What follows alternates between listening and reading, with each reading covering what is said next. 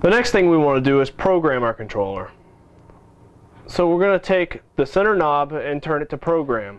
And you'll notice that the set station to program and station 1 or zone 1 showing on the screen. If you want to change different zones, you select the bottom line. You can go from zone 1 to zone 2 or 3 or however many zones you have. To select this zone, we simply just rotate the upper line 1 over. You'll notice it goes into the program mode. And we want it set to fully automated so that the controller can determine irrigation for itself. We go 1 more over, and we're going to use the schedule that we set before, Schedule A, for Station 1. If we wanted to change this, again, we would use the bottom line like we did before. And then use water window. We want this set to yes. If no, we would switch back and forth with the lower line. And then we come to set sprinkler type. Now, the questions we answered before are going to be important here. So here we have set to spray head, but you can select full circle rotor, part circle rotors, mixed rotors, stream sprays, drip emitters, bubblers, all different types of irrigation heads, like full circle impact, mixed rotors, part circles. I mean, there's so many different ones. Then we're going to go over to the precipitation rate. This is important as well because it helps determine the length of time that the irrigation system will run. So it's good to find out what rate your irrigation heads are applying. Here we have 0.58 inches per hour. You change this again by the lower knob for the first one, and then if we want to change the behind the decimal point, we rotate 1 over and we do back and forth like this on the lower knob. And once we're finished inserting the inches per hour or the precipitation rate, then we go 1 over and we're going to set the sprinkler efficiency. Here we have it set to 70%, which is the default. I'm going to set it ours to 80%, and that's done by just selecting the lower line and turning it 80% in 5% increments. And then once we're done with that, we're going to again rotate to the right 1 more clockwise, and then we come to soil type. Here we have it set to sandy, but there's multiple options. There's a sandy loam, clay, and sandy. So we're going to want to set it to the type of soil that's in each zone.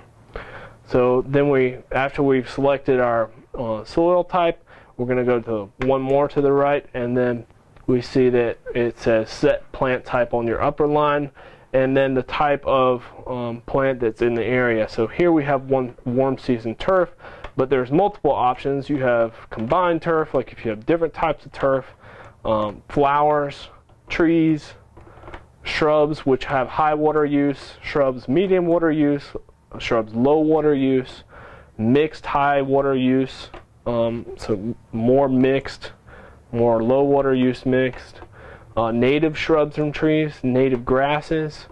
You can even set custom plants if you're a more advanced user, or custom turf.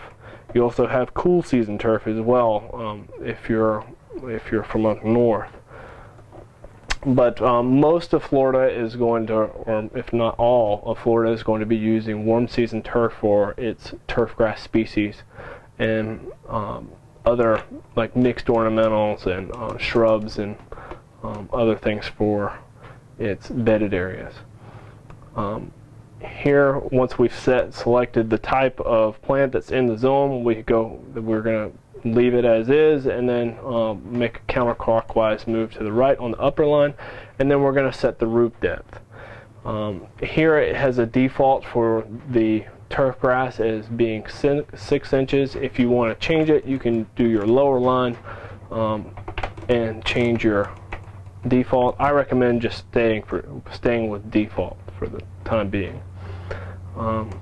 And then we come to microclimate, which is basically, is it sunny, is it shady? Here we have it set to sunny all day. You have sunny most of the day. shady most of the day, shady all day, and then that basically covers your shade. So you want to, if you have trees in the area, you want to determine what type of shade that you're going to have in the area. And then we have the slope. Here, most of Florida is going to be on a 0 to 5% grade. In some areas, you'll want to change this. So like a gentle slope or a mild slope, moderate or steep. And then we come to a sprinkler location. So let's say if we have a gentle slope, maybe not all of your location is, all of your zone is covered in a slope. You can set it to top of the slope or middle of the slope or whatever.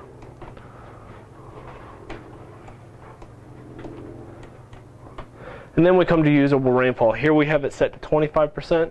But I recommend that it be set to 100% usable rainfall. This will allow your rain switch and the rain features for the weather service to act at 100%, which will help save more water. And that completes your program.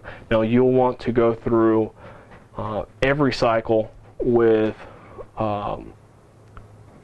this. So after you're done completing the program, you'll click one more over, and then you'll go to station 2 and repeat the process until you've finished all of your zones.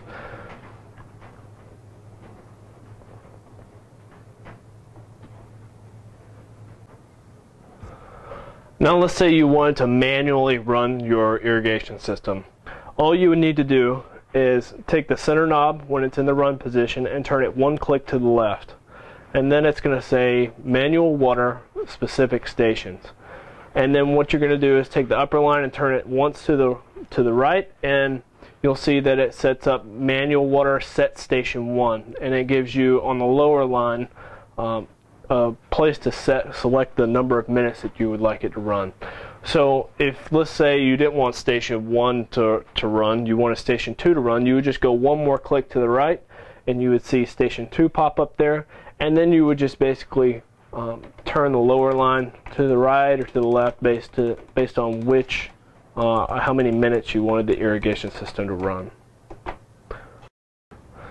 So next we want to talk about the ET setting. So we're going to go from the run position 2 clicks to the left, and you'll see that we have the current daily ET. Now this is the ET that occurred yesterday. So yesterday from the soil at this site we lost 1/4 of an inch of water just from the soil by evapotranspiration. And this also tells us what day and what time the Weather Service sent us our signal. Now today is the 13th, so it sent it at 2 o'clock in the morning. If for some reason this was 2 days behind, let's say it was the 7th, 7/11 of 09, that meant that we didn't get the ET service for the last couple of days, and we would need to call the Weather Service here and make sure that everything was okay and our subscriptions up to date and everything.